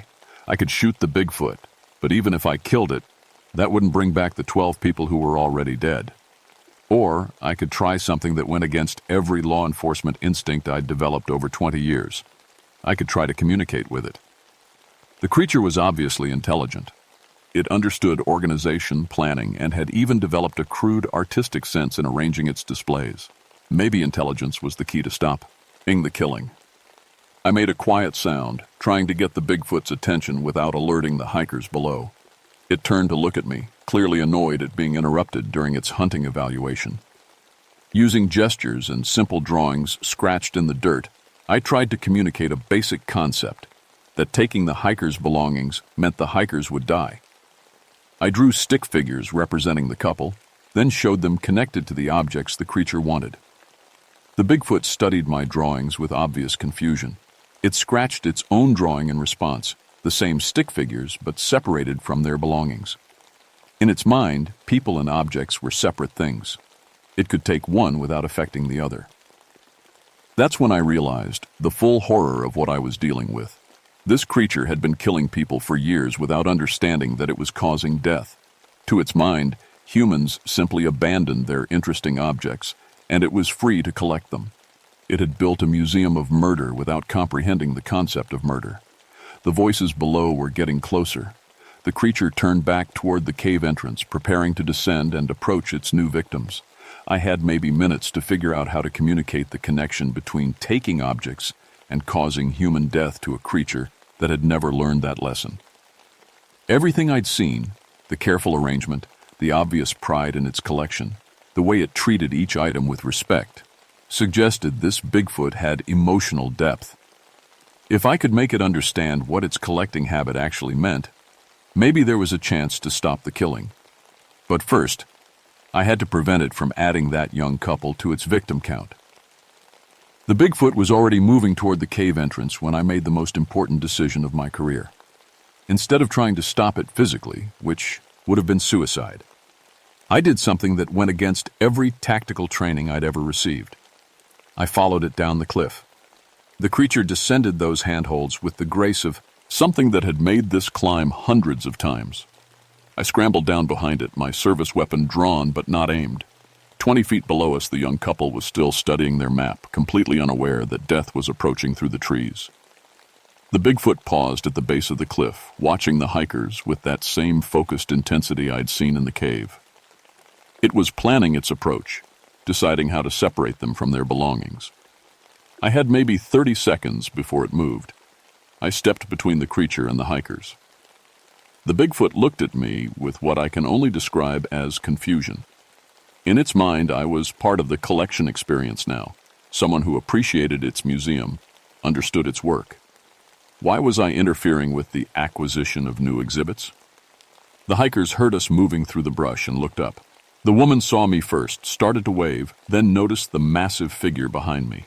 Her scream echoed off the cliff face. "Run!" I shouted, never taking my eyes off the Bigfoot. "Get back to the main trail and don't stop running." The couple didn't need to be told twice. They dropped their map and took off through the forest, crashing through undergrowth in their panic to escape.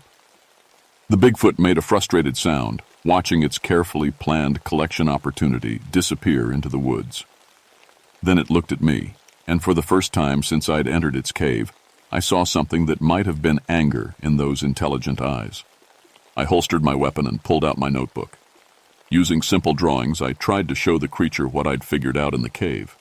I drew stick figures representing hikers, then showed them falling down, not moving. I drew the same figures separated from their belongings, still not moving. The Bigfoot studied my drawings with growing attention. I could see it trying to process the connection I was showing it. I drew more examples. People connected to objects, people separated from objects, people lying still. Over and over, showing the same result. The creature began making soft sounds, almost like talking to itself.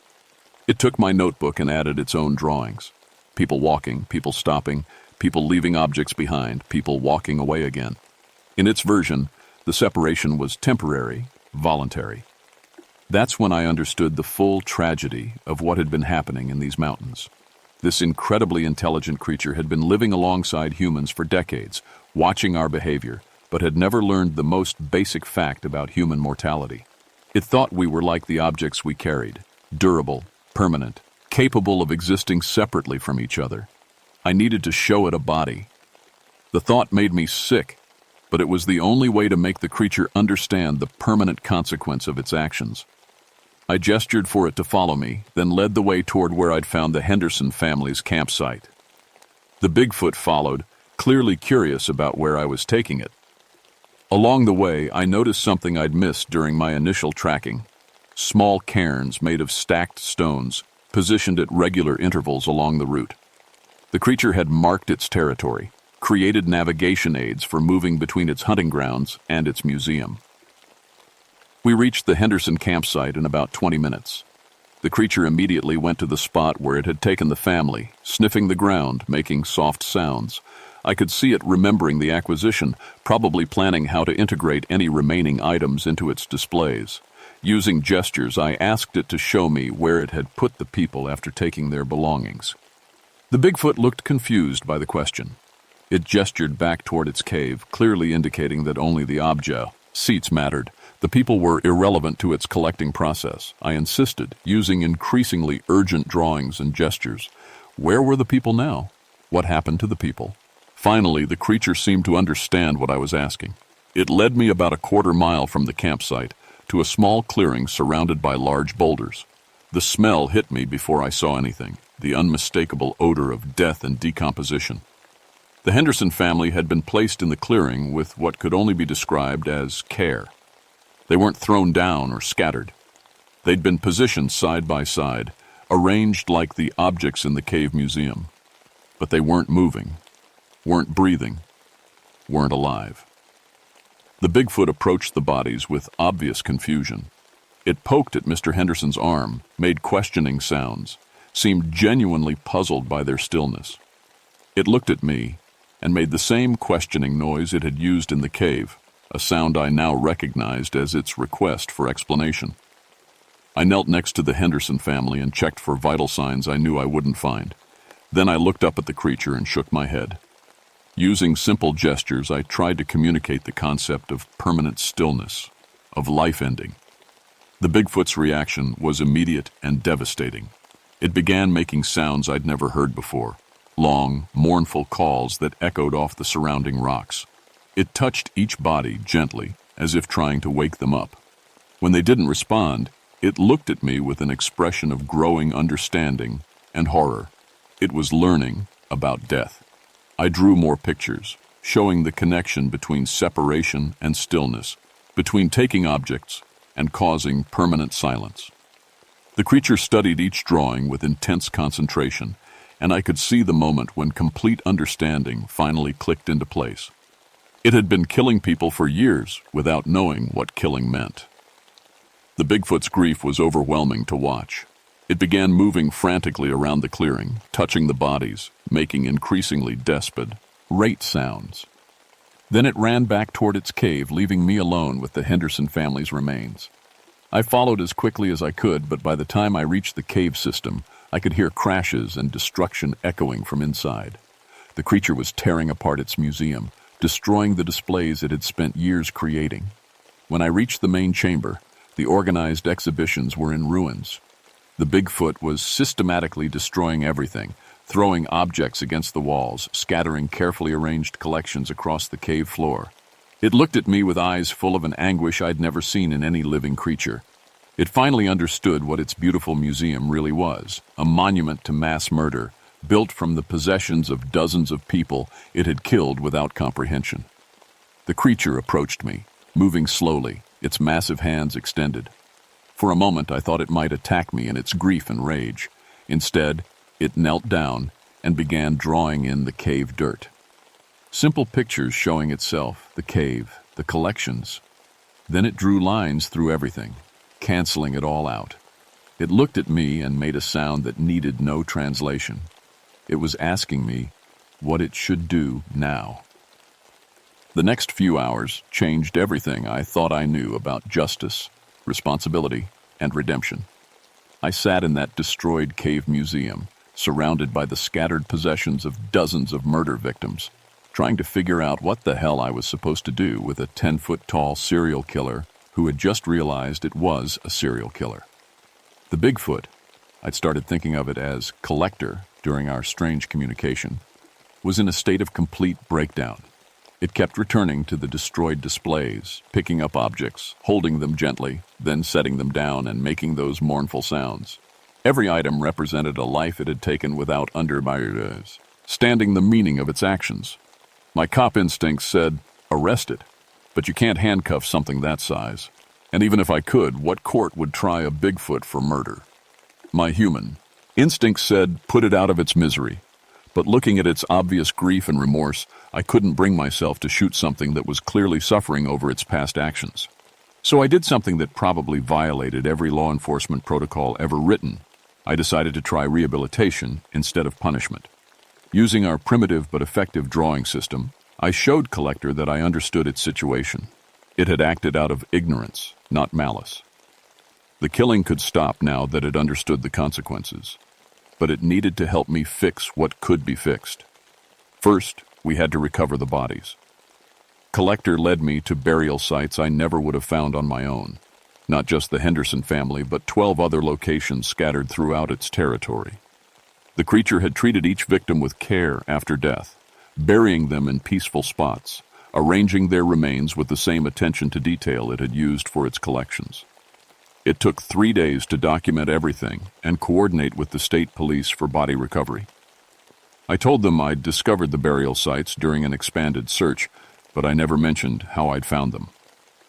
Some truths are too complicated for official reports. The hardest part was calling the families, telling parents that we'd found their missing children, spouses that we'd recovered their partner's remains. I couldn't give them the whole truth, but I could give them closure. After 2 years of uncertainty, they could finally hold funeral services and begin to heal. Collector watched the recovery operations from a distance. I could see it trying to understand the human grief process, the way families wept over remains that meant nothing to it but everything to us. It was getting a crash course in human emotional attachment, and the education was clearly painful. Once the official investigation concluded, I faced my big Jess challenge, figuring out how to manage a reformed Bigfoot with a collecting addiction. The solution came from understanding what Collector actually wanted. It wasn't bloodthirsty or evil. It was fascinated by human objects and activities, curious about our technology and culture. The killing had just been an unfortunate side effect of its collecting process, so I became its supplier. Every month I hiked up to a neutral meeting spot near its territory. I brought items I'd gathered from the park's lost and found, abandoned camping gear, forgotten clothing, broken equipment that visitors had discarded. Nothing that belonged to living people, but enough interesting objects to satisfy Collector's need for new acquisitions. In exchange, Collector became my unofficial partner in park management. It knew every animal trail, every seasonal change, every unusual activity in its territory. It could track poachers, locate lost hikers, and monitor environmental changes with a precision no human ranger could match. The arrangement worked better than I'd dared hope. Tourist disappearances dropped to 0 in Collector's territory. The creature actively protected hikers now, understanding that they were living beings rather than just carriers of interesting objects. Its museum was rebuilt using only items I provided, creating a collection that represented human ingenuity without human tragedy. 3 years after our first meeting, I got an unexpected promotion to head ranger. The position came with access to research funding and academic connections. I began documenting our arrangement, writing papers on non-traditional wildlife management techniques. I couldn't publish the whole truth, but I could share principles that might help other rangers deal with unusual situations. Collector's intelligence continued to amaze me. It learned to communicate more effectively, developing a sophisticated system of drawings and gestures. It showed me aspects of forest ecology I'd never understood, taught me tracking techniques that were incredibly effective. In many ways, it became the best partner I'd ever worked with in law enforcement or park service. But the guilt never fully left its eyes. Even years later, when we'd meet for our monthly supply exchanges, I could see the weight of those early killings in its expression. Collector remembered every victim, carried the knowledge of what it had done with the same perfect recall it applied to everything else. Redemption was possible, but forgiveness, especially self-forgiveness, was much harder to achieve. I retired from the Park Service in 1985, but I made arrangements with my successor, a young ranger named Martinez, who had shown unusual flexibility in handling strange situations. I never told him the full truth, but I prepared him to continue the supply relationship and to recognize the signs if Collector ever needed help. My last official report included a recommendation that the Stony Man Mountain area be designated as a special wildlife preserve, with restricted access and enhanced protection measures. The request was approved, giving Collector legal protection for its territory and ensuring that future human contact would be carefully managed. Now, 30 years later, I sometimes wonder if I made the right choice. Could I have handled the situation differently? Should I have tried to capture or kill Collector instead of trying to reform it? But then, I think about the families who got closure, the hikers who never went missing because Collector was protecting them, the ecological insights that creatures shared with park management. Sometimes the right choice isn't the legal choice or the expected choice. Sometimes it's the choice that creates the most good and prevents the most harm. I investigated over 200 murders as a detective, but I never believed in monsters until I found Collector's Museum. What I learned in that cave changed my understanding of justice, intelligence, and the possibility of redemption for creatures that exist outside our normal categories of understanding. The mountains keep their secrets, and some secrets are worth keeping. Collector still lives in its territory, still maintains its museum of abandoned objects, still protects the hikers who pass through its domain. It found a way to satisfy its collecting urges without causing harm, and I found a way to turn a monster into an ally. Not every story has a clean ending, but sometimes the messy ones are the most honest. In a world full of real monsters who know exactly what they're doing, maybe there's room for a little mercy toward one that learned to do better. The case files list the Shenandoah disappearances as solved due to comprehensive search and recovery operations. The truth is more complicated, but then again, the truth usually is. Some secrets protect more than they conceal, and some monsters deserve a second chance at being something better than what they were born to be.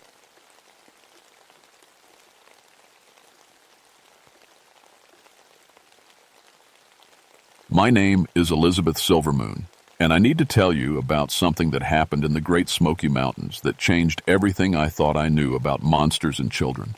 I'm 41 years old, and I've been a park ranger for 12 years now.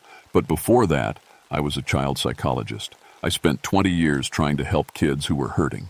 I thought I understood children better than anyone. I was wrong about so many things.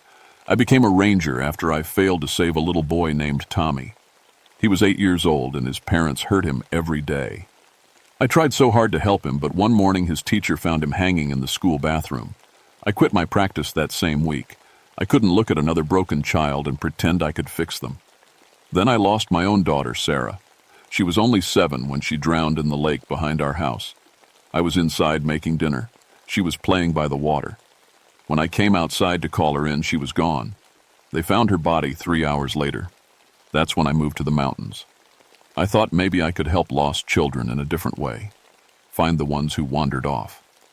Bring them home safe. It seemed simpler than trying to heal their broken hearts. The Smoky Mountains in March are still cold and gray. The trees are bare, and fog hangs between the peaks like old ghosts. It's quiet up here, except for the wind and the sound of your own footsteps on the trail. Most people find it peaceful. I find it honest. The mountains don't pretend to be anything but what they are. My ranger station sits at the edge of Cades Cove, where families come to camp and hike. I know every trail, every cave, every place a scared child might run to hide. I found dozens of lost kids over the years, cold, hungry, crying for their parents, but alive, always alive, until March of 1988 when everything changed. It started with the Patterson boy. 7 years old, red hair, freckles. His family was camping near the loop road when he disappeared. One minute he was throwing rocks in the creek with his sister. The next minute, gone. We searched for 3 days. Dogs, helicopters, volunteers. Nothing. 2 weeks later it was Emma Rodriguez. 6 years old, camping with her grandparents. She vanished from their campsite while they were cooking breakfast. Another 3-day search. Another empty forest. Then came little Michael Chen, age 8, Katie Sullivan, 10 years old, James Wright, 9, 5 children in 3 months, all between 6 and 10 years old, all disappeared without a single trace. No footprints leading away from camp, no torn clothing caught on branches, no sounds of struggle. They just vanished like smoke. The other rangers started talking about bears or mountain lions. Maybe human traffickers working the area. But I knew children, and I knew fear. These kids weren't running away from camp. Something was taking them. I started talking to the brothers and sisters who were there when it happened. Kids see things adults miss. They told me about a nice man who showed up at their campsites. He was tall and friendly, and he had a dog with him. He asked about their families, asked if they were happy at home, asked if they wanted to see some puppies. But when I pressed them for details about what this man looked like, they got confused. Some said he was normal. Others said his face was wrong somehow. One little girl whispered that his head looked like a dog's head, but she said it like she wasn't sure if she dreamed it. That's when I knew we were dealing with something that wasn't human. I'd heard the old stories. Mountain folk had been talking about the dog man for over 100 years, a creature that walked on two legs like a person but had the head and teeth of a wolf. Most people laugh at those stories. But I'd spent my life studying the darkness that lives in people's hearts. I knew that some monsters were real, even if they looked like ordinary men. This one was different, though. It wasn't just hunting for food or territory like a wild animal. It was choosing specific children who were already hurting. That scared me more than any beast ever could. The break in the case came from Emma Hartwell. She was 8 years old, camping with her aunt and uncle near Elkmont. Her parents had just gotten divorced, and she was staying with relatives while the lawyers figured out custody. She was quiet, sad, the kind of child who carries pain in her eyes. Emma disappeared on a Tuesday morning while her aunt was packing up their tent. When I got the call, I drove out expecting another hopeless search. Instead, I found Emma walking down the road toward the campground, dirty and shaking, but alive.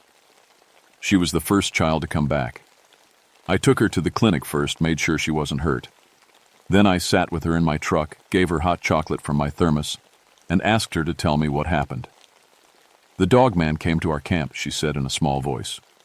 "He was really tall, and he smiled a lot. He said he knew I was sad about Mommy and Daddy fighting." My hands went cold around my coffee cup. "What did he look like, Emma?" She thought for a long time. His body looked like a person, but his head was like a big dog, black fur and yellow eyes. But he talked like a person. He was wearing kids' clothes, but they were too small for him. Emma told me the dog man said he knew a place where children didn't have to listen to their parents fight, where kids could play all day and no one would yell at them. He said he had other children there who were much happier now. "He picked me up and carried me really fast through the woods," Emma said, "faster than any person could run. His hands had claws, but he was gentle with me." The dog man took her to a cave system deep in the mountains. Inside, the caves were warm and lit by lanterns. There were toys scattered around, coloring books, stuffed animals. It looked like a child's bedroom, except it was underground. "He gave me cookies and juice," Emma said. "He asked me lots of questions about Mommy and Daddy, about how they fought and said mean things. He said parents shouldn't make children cry." Emma spent 2 days in the caves. The dog man brought her food and sat with her while she ate. He told her stories about other children he'd helped, children who didn't have to go home to parents who hurt them. But on the second night, Emma heard crying from deeper in the caves. When she asked about it, the dog man's face changed. His eyes got angry, and his voice got growling and rough. "He said I was asking too many questions," Emma whispered. "He said good children don't ask questions." Then he left me alone in the dark.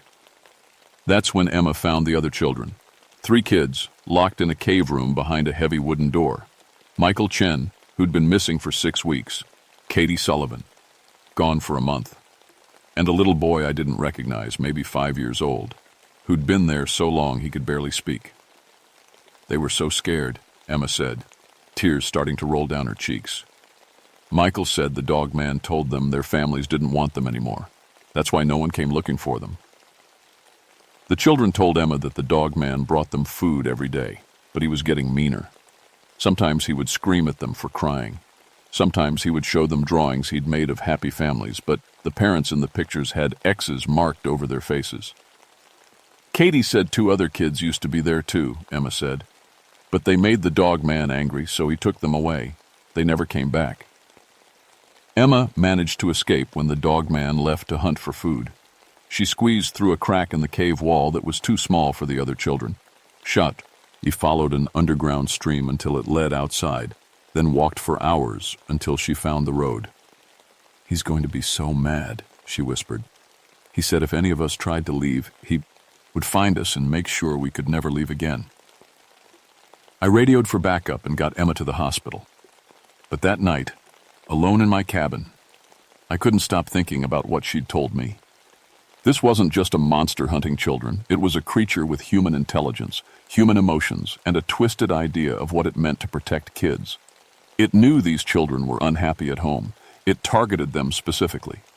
And somewhere in those caves, it was holding 3 terrified kids who thought their families had abandoned them.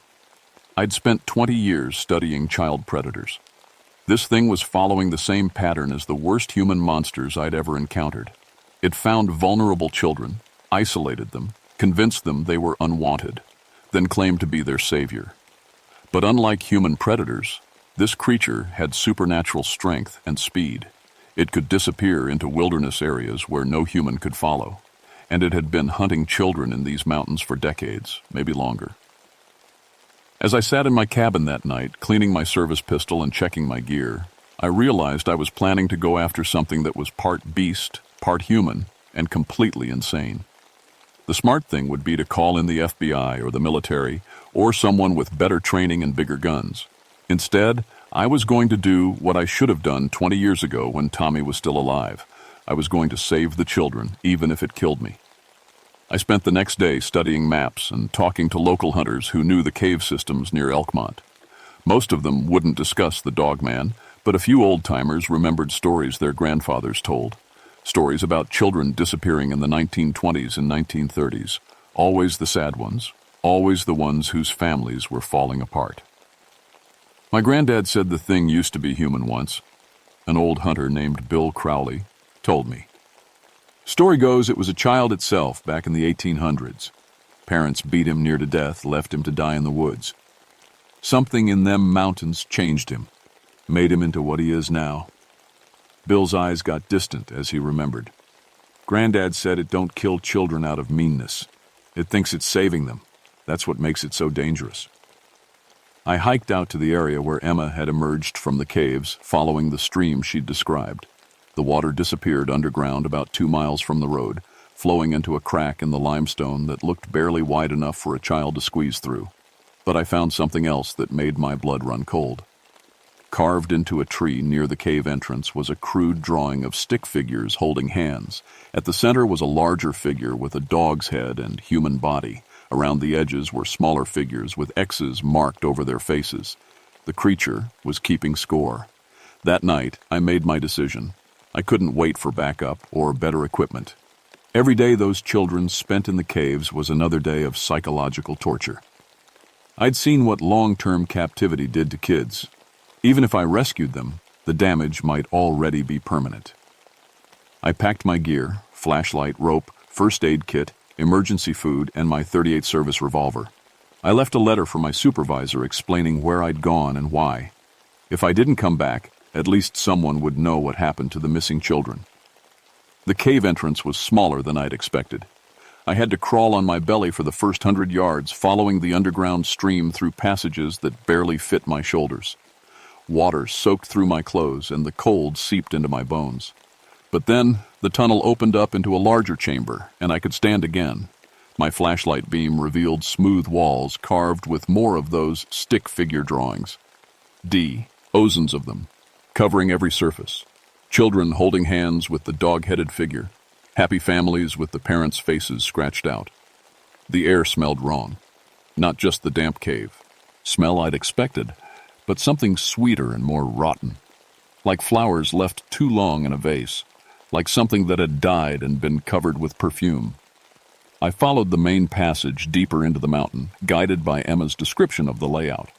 The caves branched and twisted, but she'd told me to always follow the sound of dripping water and look for the colored chalk marks on the walls. Red chalk meant the Dogman's living area. Blue chalk led to where he kept the children.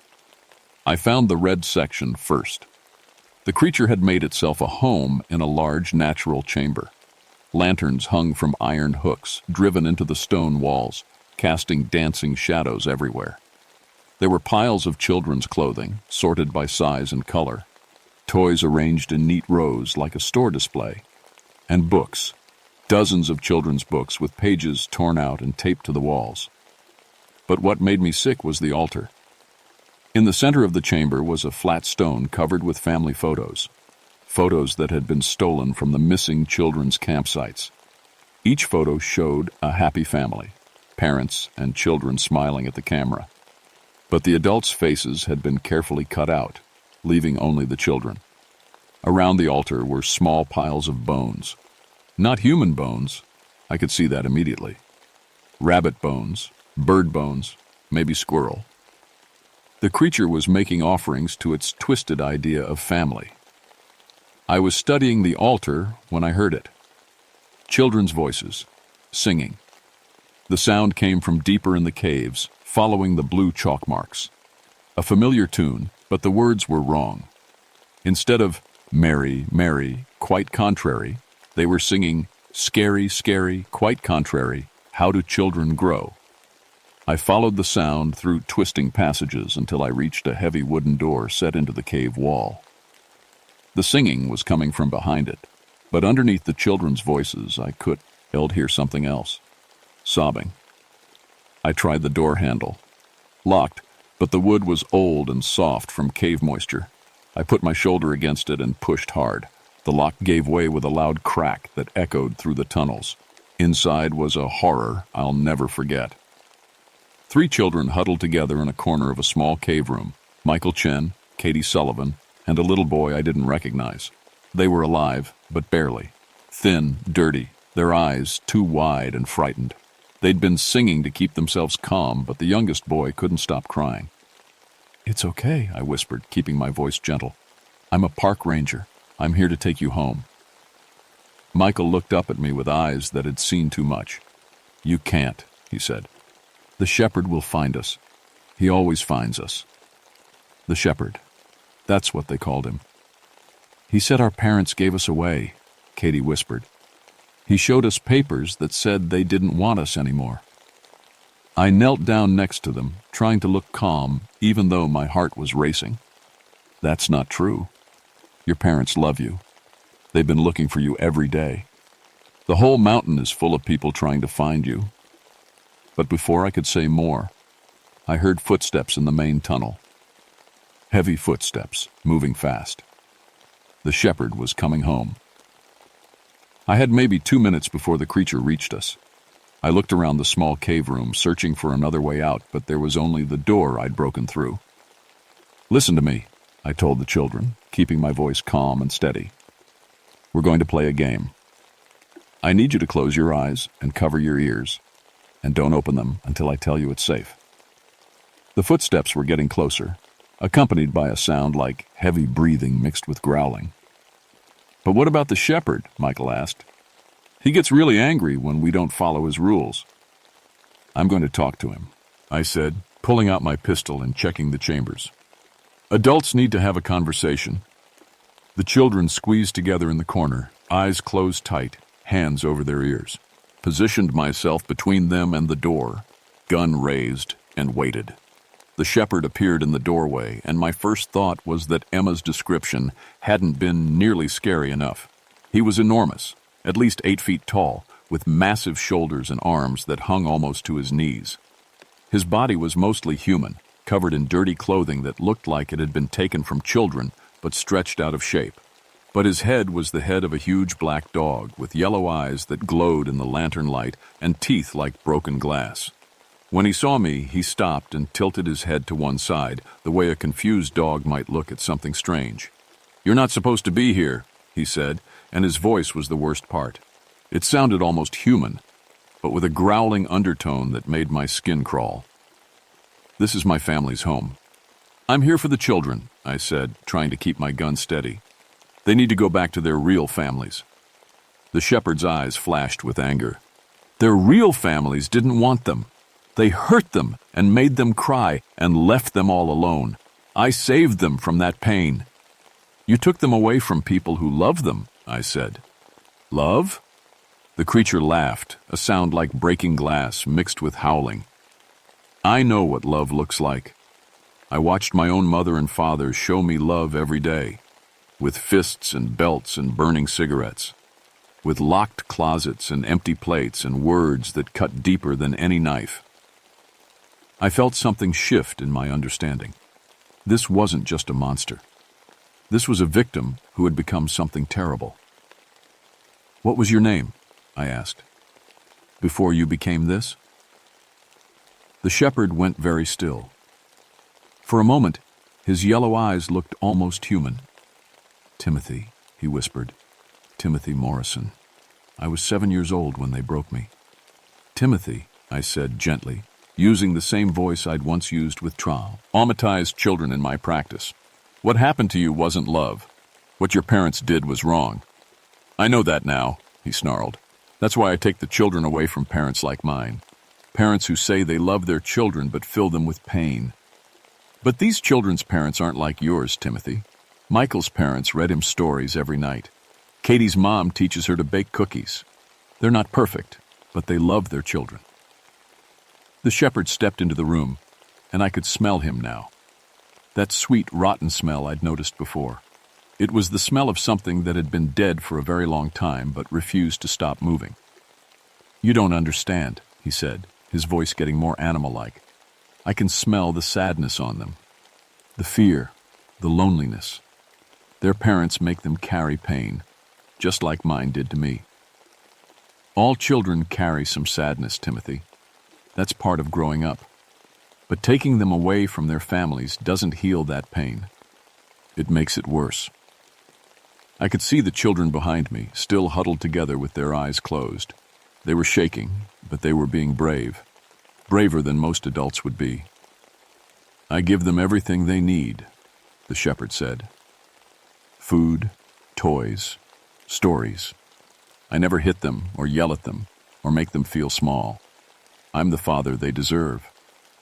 "But you lock them in caves," I said. "You tell them their families don't want them. You make them afraid to leave. That's not love, Timothy. That's what your parents did to you." For a moment, the creature's face twisted with confusion and pain. I could see the scared little boy who still lived somewhere inside the monster. "I'm not like them," he whispered. "I'm not like my parents. I protect children. I save them. By doing the same things your parents did to you," I said softly. "By taking away their choices. By making them afraid. By convincing them they're worthless." The shepherd let out a howl of rage and pain that shook dust from the cave ceiling. But he didn't attack. Instead, he collapsed to his knees, holding his massive head in his clawed hands. "I don't know how to stop," he whimpered. "The hunger for lost children, it never goes away. When I see a sad child, something inside me breaks all over again. I have to save them. I have to." I kept my gun pointed at him, but I took a step closer. "Timothy, I'm a doctor. I used to help children who were hurt the way you were hurt. I think I can help you too." "No one can help me," he said. "I'm a monster now. I've been a monster for so long I don't remember how to be human." "You remember your name," I said. "You remember being 7 years old. You remember that what your parents did was wrong. That means the human part of you is still alive." The creature looked up at me with those terrible yellow eyes, and for a moment I saw something I hadn't expected. Hope. "If I let the children go," he said slowly, "will you come back? Will you try to help me learn how to be human again?" I thought about Tommy, the little boy I couldn't save. I thought about my daughter Sarah, who drowned while I was too busy to watch her. I thought about all the broken children I'd tried to heal over the years, and all the ones I'd failed. "Yes," I said, "I'll come back. But Timothy, if you ever take another child, if you ever hurt anyone again, I will kill you. Do you understand?" The shepherd nodded. "I understand. I don't want to be a monster anymore." It took 3 hours to get the children out of the caves and back to the road where the ambulances were waiting. Michael, Katie, and the third boy, whose name was David Walsh, and who had been missing for 8 months, were dehydrated and traumatized, but alive. The hardest part was explaining to their families that the creature who had taken their children was still alive, and that I had made a deal with him. "You let that thing live, Michael's father demanded. "After what it did to our son?" I understood. It is anger. But I also remembered the look in Timothy's eyes when he asked for help. The same look I'd seen in hundreds of abused children over the years. The look that said, "I'm broken, but maybe I don't have to stay broken." "He's mentally ill," I explained to the parents and the FBI agents who showed up the next day. "What happened to him as a child created something that doesn't know how to love properly. But he can be taught." Most people thought I was crazy. The FBI wanted to send a team into the caves to kill the shepherd. The local sheriff thought I was suffering from some kind of trauma-induced delusion, but the children backed up my story. They told everyone about the creature who called himself their protector but kept them locked in darkness. They described the stick figure drawings and the altar made from family photos. They talked about the way he would cry sometimes when he looked at them, like he was remembering something that hurt. 3 weeks later, I went back to the caves alone. I brought food, medical supplies, and something else, a book about child psychology and trauma therapy. If Timothy was going to learn how to be human again, he needed to understand what had been done to him and why he'd become what he was. I found him sitting by the underground stream, staring at his reflection in the dark water. "I keep thinking about their faces," he said without looking up. "The children I took. They were so scared of me. I wanted to make them feel safe, but I made them feel worse." "That's a start," I said, settling down on a rock nearby. "Understanding that you caused harm is the first step toward healing." Over the next 6 months, I visited Timothy once a week. We talked about his childhood, about the abuse he'd suffered, about how trauma can twist love into something ugly and possessive. I taught him breathing exercises for when the hunger for Los children got too strong. I brought him books about healthy families and showed him the difference between protection and imprisonment. It wasn't easy.